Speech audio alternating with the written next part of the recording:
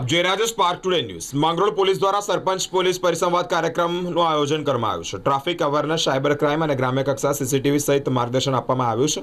Police અને સરપંચ વચ્ચે સુમેળ અને સહયોગ વધારવા માટે માંગરોળમાં પરિસંવાદ કાર્યક્રમનું આયોજન કરવામાં આવ્યું છે। માનનીય ડીજીપી સાહેબની સૂચના અનુસાર માંગરોળ ડીવાયએસપીના માર્ગદર્શન હેઠળ સરપંચો, પોલીસ અધિકારીઓનો સંવાદ યોજાયો છે। માંગરોળ પોલીસ સ્ટેશન અને મરીન પોલીસ સ્ટેશન વિસ્તારમાં આવતા તમામ ગામોના સરપંચ ઉપસ્થિત રહ્યા છે।